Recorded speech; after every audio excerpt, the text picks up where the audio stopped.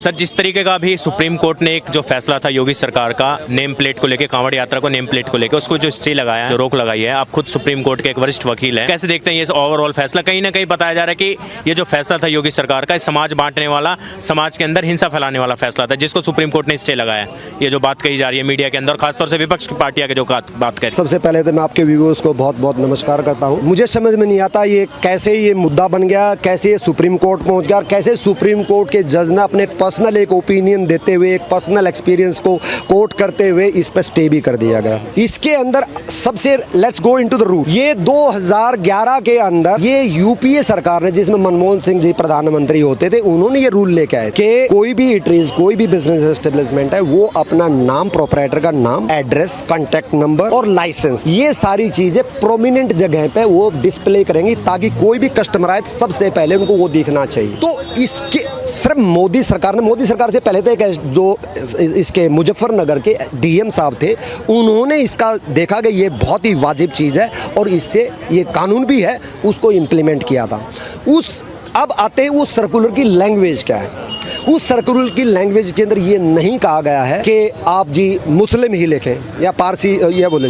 उसमें ये लिखा हुआ है ईच एंड एवरी ईटरी, हर ढाबा, हर खाने के जो खाने की चीज़ मुहैया करवा रहे हैं, वो सब अपना नाम और अपना कॉन्टैक्ट नंबर प्रॉपरली डिस्प्ले करेंगे।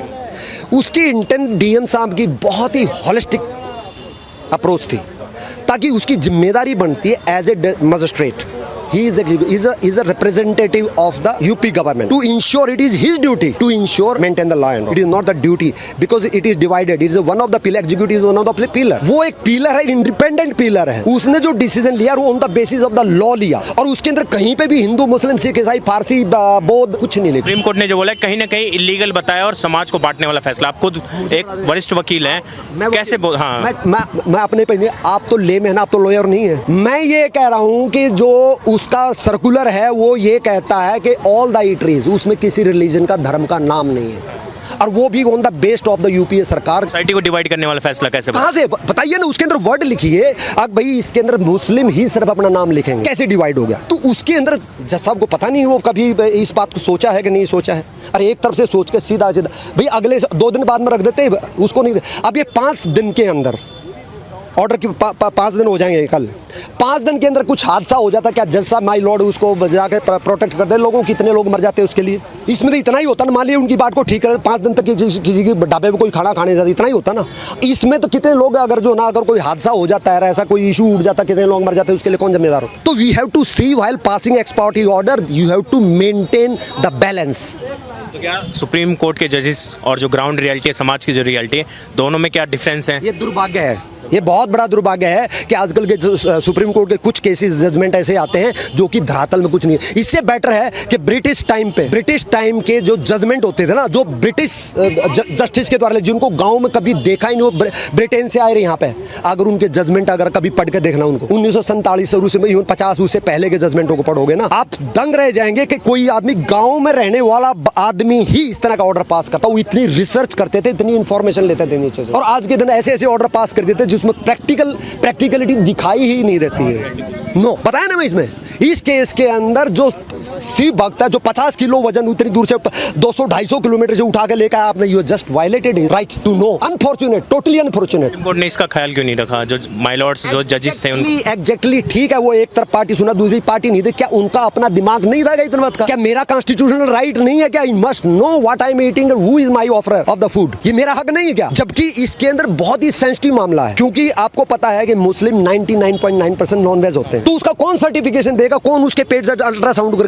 ये कहेगा, देखेगा कि इसने आज मीट खा रखा कि नहीं खा रखा? तो मेरे हिसाब से एक कांवड़ यात्री की जो से, मेरे हिसाब से वो मेरे लिए, उन्होंने मेरा खंडित कर दिया, मेरी जो इतनी दूर की यात्रा को, जो और वो मेरे रिलीजियस उसके ऊपर अटैक किया उन्होंने। दैट्स माय फ्रीडम पे। Yes, it is my right to profess the way I want, and मैं किसी को हार्म नहीं कर रहा हूँ। आई वांट टू नो, कितना ही तो चाह रहा हूँ मैं। क्या मेरा रिलीजियस राइट नहीं है कि वो कॉन्स्टिट्यूशन हिला करके शब्द ले रहे हैं, जो आप विरोध कर रहे हैं? जिसने भी सबने कॉन्स्टिट्यूशन के प्रति शपथ ले की है, क्या उनको ये मुहैया मोतरा कर है, उसको वैसी को पता नहीं है कि कॉन्स्टिट्यूशन के अंदर मेरा भी राइट है, एक शिव भक्त का भी राइट है टू नो, ये जानना कि मेरे को कौन मेरा खाना बनाने वाला है और कौन परोसने वाला है। योगी जी के ये जो मुख्यमंत्री हैं उत्तर प्रदेश के, उनके फैसलों को कैसे देखते थे आप ओवरऑल? जो विपक्ष है समाजवादी पार्टी बोला है समाज बढ़ जाएगा, इससे धर्मनिरपेक्षता देश के खतरे में पड़ जाएगी, देश के अंदर हिंसा फैल जाएगा, हिंदू मुस्लिम जो सौहार्द है या गंगा जमुनी जो सौहार्द है वो खतरे में पड़ जाएगा। ये गंगा जमुनी हमें तो आज तक समझ में नहीं आया है, पहली बात।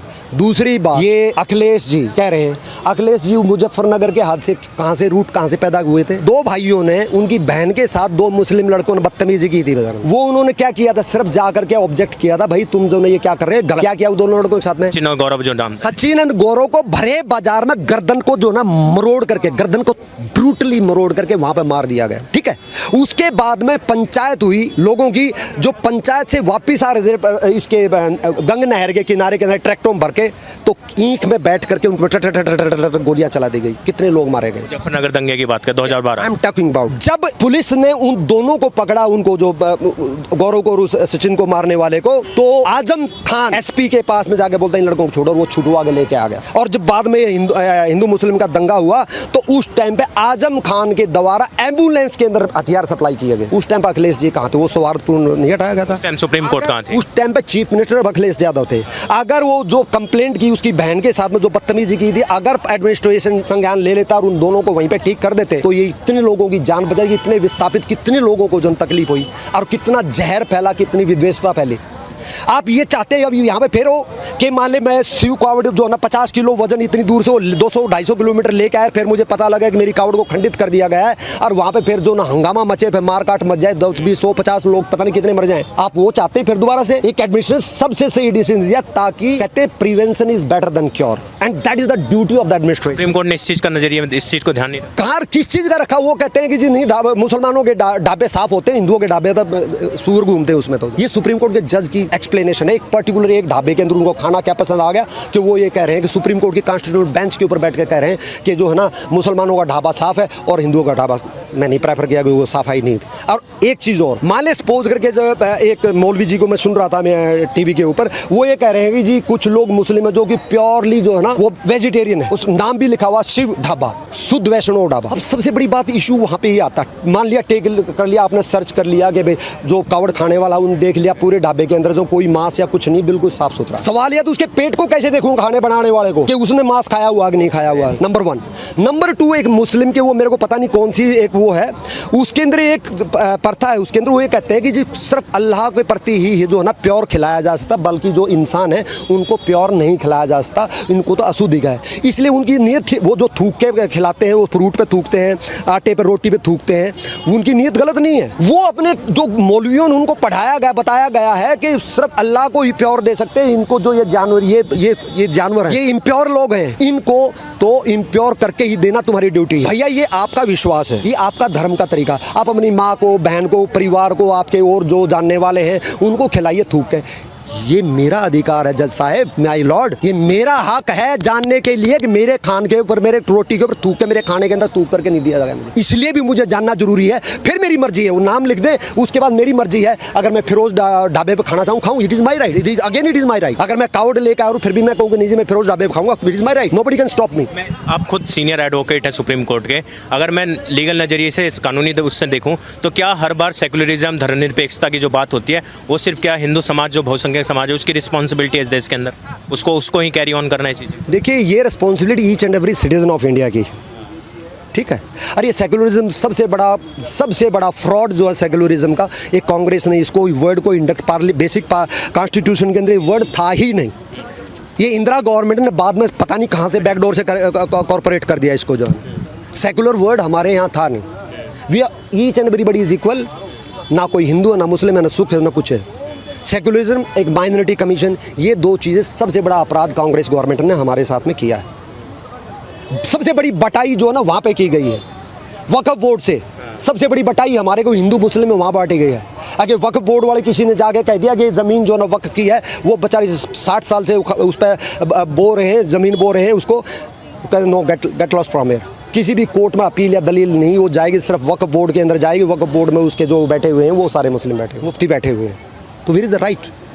तो ये हिंदू मुस्लिम किसी ने बांटा? तो ये सबसे बड़े फ्रॉड हैं, ये जो जितने भी ये सेकुलरिज्म का डंका पीटते हैं, जो बड़े बड़े वो कहते हैं जो कॉन्स्टिट्यूशन को हिला रहे, सबसे बड़े फ्रॉड वो हैं। नाम के नेम पे क्यों कर रहे हैं? गांधी फैमिली खुद ही वो गांधी वर्ड लगाए, वही नाम बदल के राजनीति करने वाला है। उनको पता लगा कि यहाँ पे ये ढाबों के ऊपर नाम लिखवा दे, कल को तुम्हारे पूछेंगे भाई तुमने ये फिरोज गांधी कहाँ से लिख दिया भाई, तुम्हारा फिरोज नाम होना चाहिए पीछे। सबसे बड़ा डर उनको ये है, they want to protect. Supreme court को जो मेजोरिटी कम्युनिटी है, हिंदू समाज है, उसको उसके जो अधिकार है उनको ध्यान में नहीं रखना चाहिए था सर, आपको लगता नहीं है? बात उसमें हिंदू मुस्लिम है ही नहीं भाई।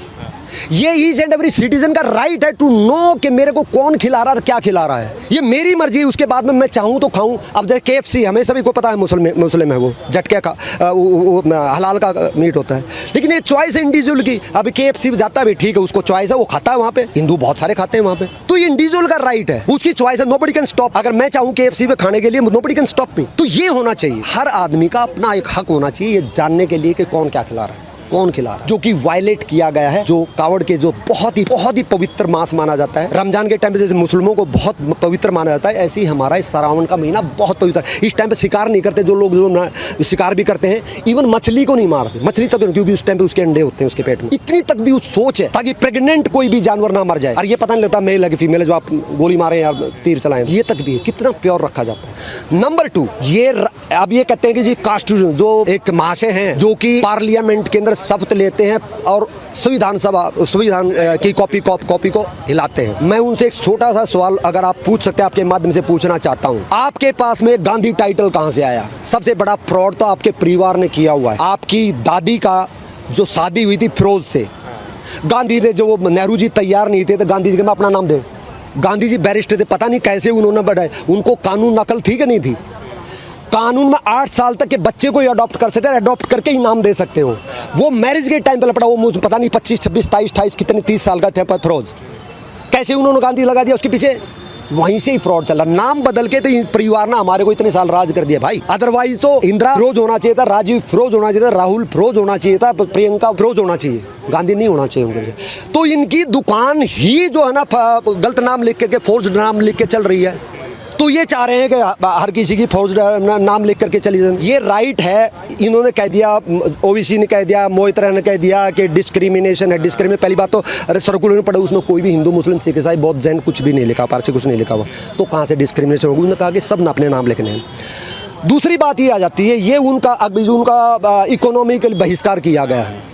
इकोनॉमिक बहिष्कार किस बिना, कैसे कहोगे? क्या उसमें ये लिखा हुआ है जो भी मुस्लिम के ढाबे हैं उन पर कोई भी खाना नहीं खाएगा? क्या लिखा है? नहीं है। तो वो मुस्लिम बाहुल्य एरिया था मुजफ्फरनगर पूरा का पूरा। मान लिया आपने लिख दिया कि फिरोज ढाबा, तो मुस्लिम तो खाएंगे, बल्कि खुश होकर खाएंगे कि भाई यहाँ पे जो है हलाल का मीट होगा। तो उसके तो बल्कि और ज्यादा आएंगे। हो सकता है कोई हिंदू जो है ना वो अफजल ढाबा लिख के करेगा, उसको भी हिंदू अपना ओरिजिनल नाम लिखना पड़ेगा, ताकि ये इनको भी ना हो, ताकि उनको हलाल का, जो उनकी रिलीजियस बिलीफ है, उनको हलाल का खाना मिले। और जो शिव भक्त है वो इस श्रावण मास के अंदर वो लहसुन और प्याज तक को भी टच नहीं करते।